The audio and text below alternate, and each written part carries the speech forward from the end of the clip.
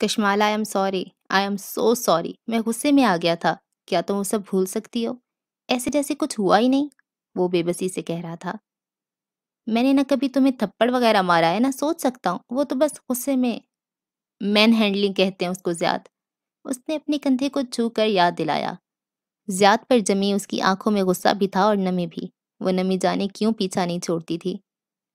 I am sorry, میرا یہی غصہ ہمیشہ مجھے خسارے ملا کھڑا کرتا ہے۔ تم ایک ہی ہفتے میں دوسری دفعہ ملک سے باہر جانے کا کہہ رہی تھی۔ کبھی اپنے باس پہ ایسا غصہ کیا؟ اگر وہ ایک ہی ہفتے میں 2 انٹرنیشنل ٹرپس کا کہتا، کبھی باس کے بازوں کو ایسے جھنجھوڑا کہ اس پہ نیل پڑ جائیں؟ نہیں نا، کیوں؟ وہ خاموش ہو گیا، البتہ اس کی آنکھوں میں نمی در آئی۔ میں بتاتی ہوں کیوں نہیں، زیاد سلطان، کیونکہ آپ کے غصے کو بھی معلوم ہوتا ہے کہ اگر باس پہ ہاتھ اٹھایا تو وہ جواباً مار مار کے لہو لہان کر دے گا۔ وہ مرد ہے، آپ کا رزق اس سے بندھا ہوا ہے، اسی لیے اس کے سامنے آپ کو اپنا غصہ دبانا پڑتا ہے۔